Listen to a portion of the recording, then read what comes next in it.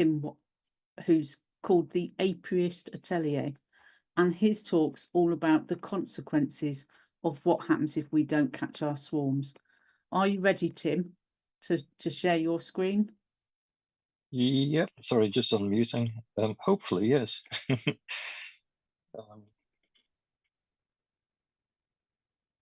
Second.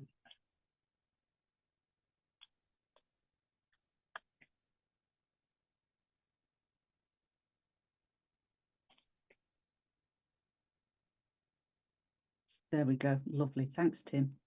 Perfect. Good evening.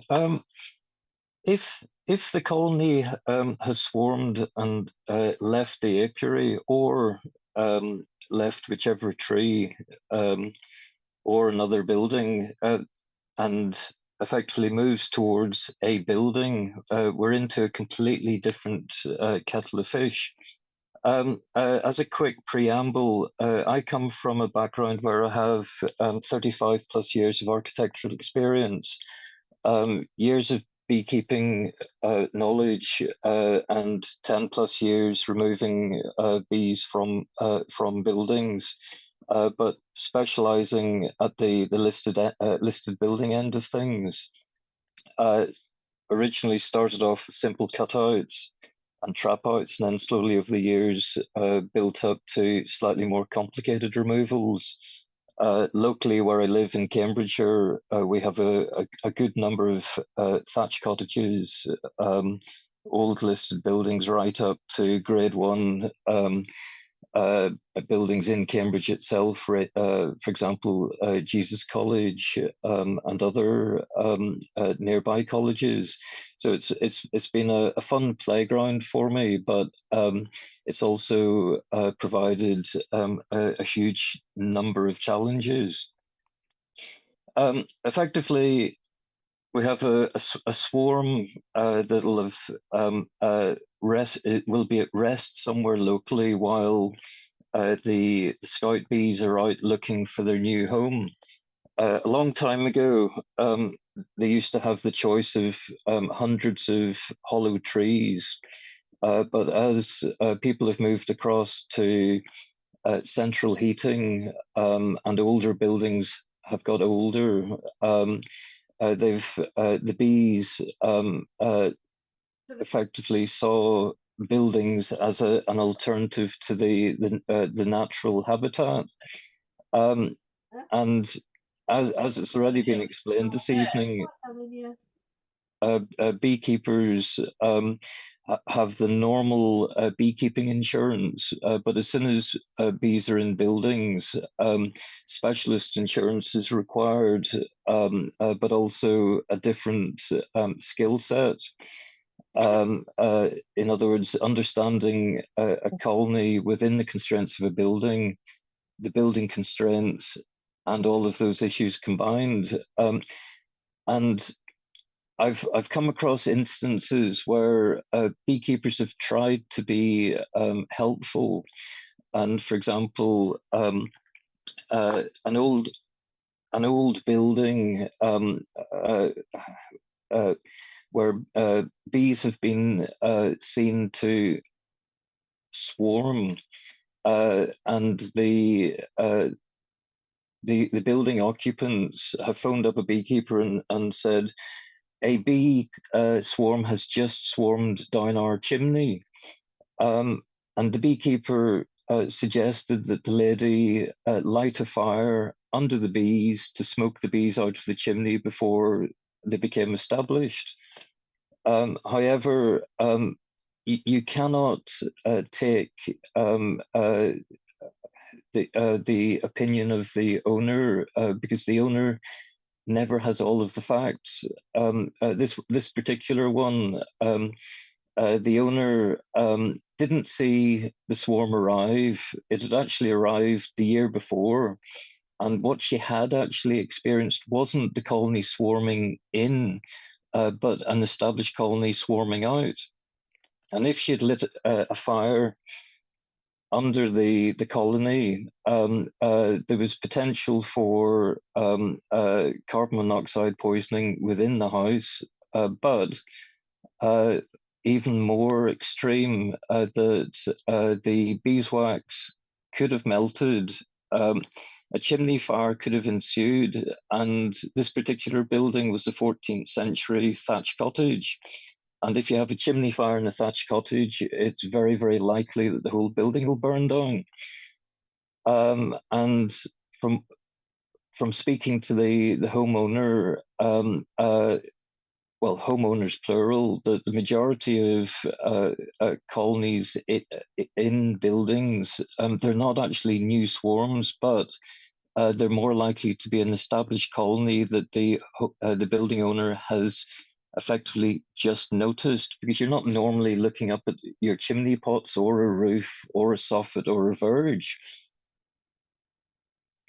And so therefore, there's entities like the UKBR that, rather than suggest solutions that you may not be in full grasp of the whole scenario, that it's better to effectively suggest that the better route is to get in touch, for example, a not-for-profit organization, the UKBR, which is a portal for the public to make contact with professional bee removers, and in that way they don't put the building owner or the general public at risk.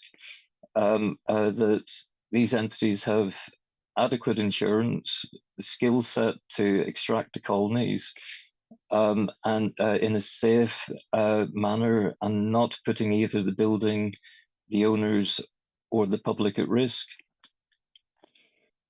This is a view looking up a 14th century chimney in Norfolk.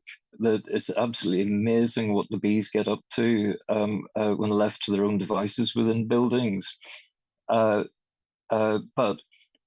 we have scout bees that literally survey every inch of the outside of a building, find a suitable cavity, move in, and slowly build up to a full-size colony. Some of these are left for 8 to 10 years.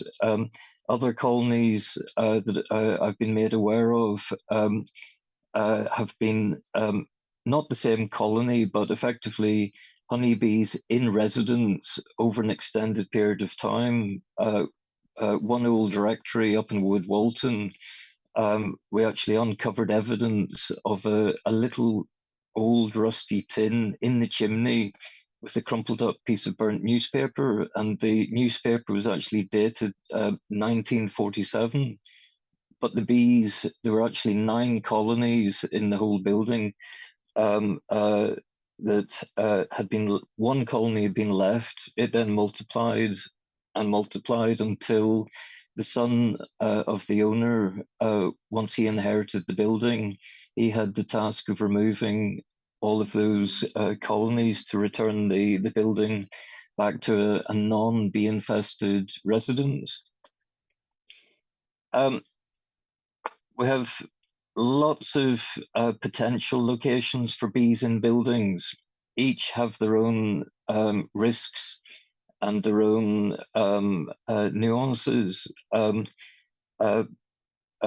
end up with potential of bees in chimneys, bees in roof voids, timber frame buildings within the wall cavities, and even new build, which, according to the building regs, the contractors are meant to protect all ingress points from insects. But if you understand that a bee can use an entrance which is small in comparison to what a builder is working to, it means that they have access to large areas of a property, and many of these areas aren't even observed by the owner or the residents. It then falls to a bee extraction entity to undertake a pre-extraction survey to understand where the bee colony is, the size, the strength, and the building constraints, i.e., where exactly the colony has established itself, and then we use a various selection of new technology and old technology to actually understand the colony. This is a part of Hatfield House. It's a timber frame with render infill panels, and the bee colony is actually within the historic cavity of the building. The white area is the brood area of the colony at roughly 35 degrees, and then the cooler orange is the more normal temperature of the empty cavity, with the entrance through a slightly decayed timber beam towards the top of the building. If swarm control is kept under control and buildings are well maintained, we wouldn't have a problem. But bees in buildings becomes difficult, expensive, and problematical.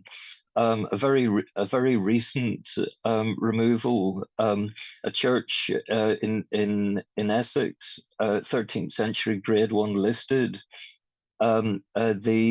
The beekeeper actually lives in the farm, literally a couple of 100 meters away.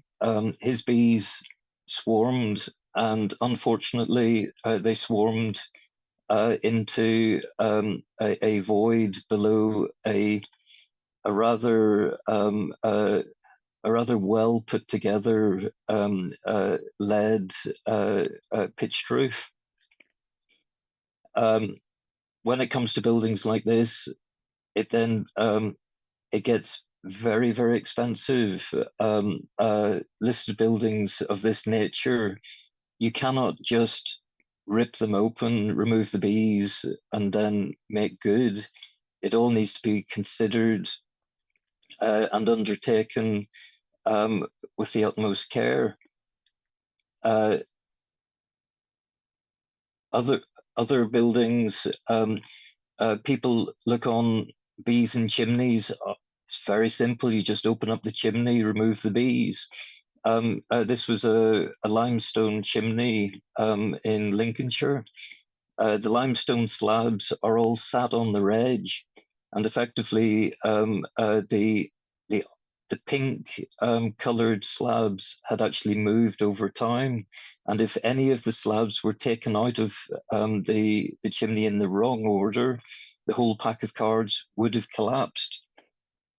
If that's undertaken by an individual that doesn't know what they're doing, there's a potential that the insurance of the house owner is null and void. There's a potential of health and safety risks of collapse, partial or full collapse of the chimney, and it's just not worth the risk. Long-established colonies, a misconception: bees don't populate roof voids. This is a Grade 2 listed building in Gloucestershire. The bees were there for about 12 years, and they actually populated a length of roof slope from the gutter right up to ridge. And the homeowner got in touch because the postman refused to deliver parcels. Amazon wouldn't deliver.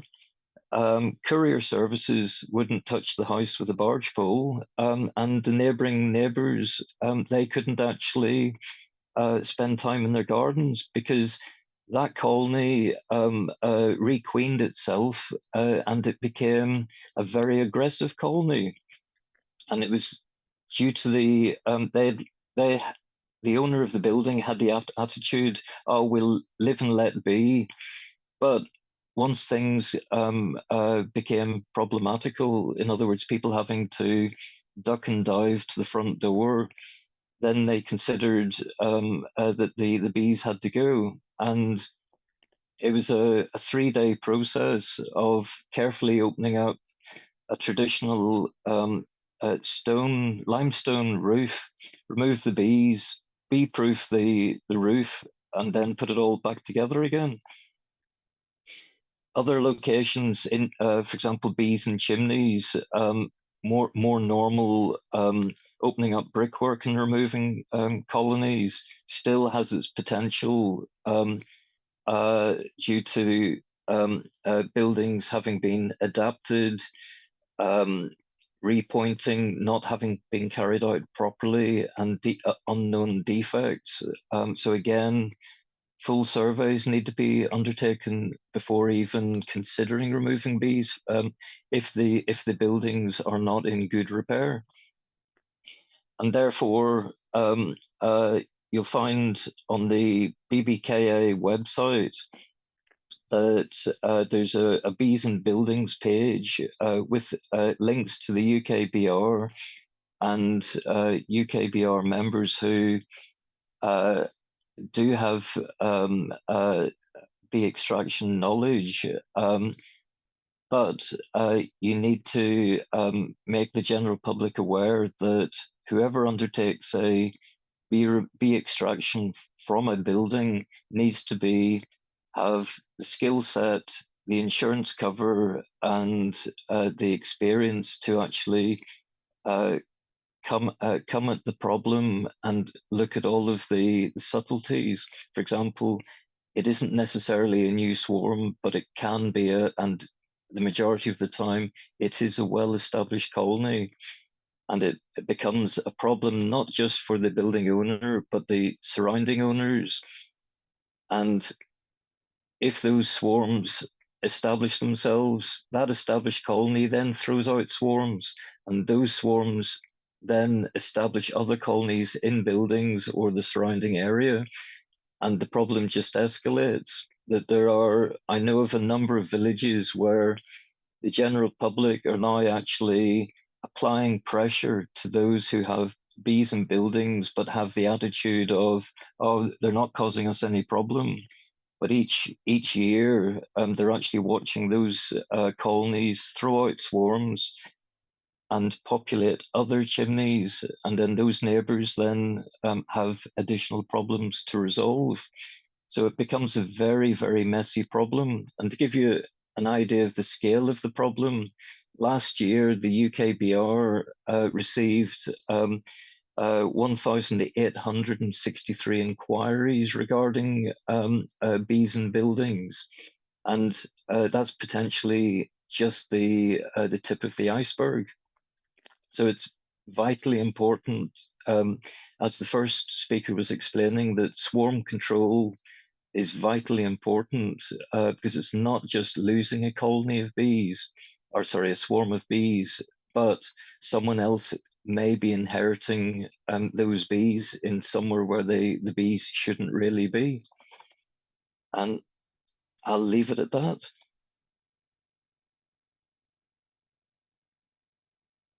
Thanks, Tim. That's really interesting to see some of the buildings you've